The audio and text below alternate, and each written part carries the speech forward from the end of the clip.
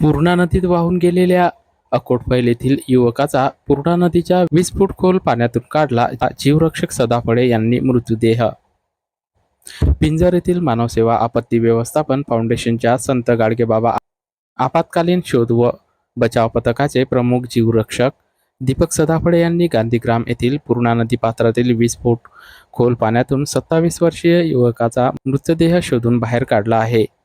अकोला येथील अकोटफैल येथील अजय नामदेव इंगळे अंदाजे वय 27 वर्ष हे 17 ऑगस्ट रोजी दुपारी 1:30 वाजताच्या सुमारास गांधीग्राम येथील पूर्णा नदीपात्रात आजीचे अस्थि विसर्जन करिता नदीपात्रात गेले असता पूर्णा नदीला पूर आल्यामुळे पाण्याचा प्रवाह आणि खोलीचा अंदाज न आल्याने ते प्रवाहात लागून बेपत्ता झाले. नातेवाईकांनी आरडाओरड केली परंतु वाचवू शकले नाही.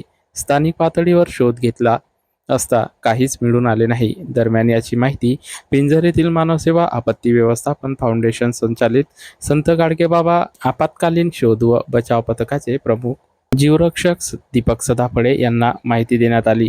घटनेची माहिती मिळताच आपल्या शोध व बचाव साहित्यासह रेस्क्यू बोट घेऊन घटनास्थळी सदाफळे दाखल झाले व अंडर वॉटर सर्च ऑपरेशन सुरू करून अखेर दुपारी 4 ते 5च्या दरम्यान 20 फूट खोल पाण्यातून अजय इंगळे याचा मृतदेह बाहेर काढून त्यांच्या नातेवाईकांना सुपूर्द करण्यात आला.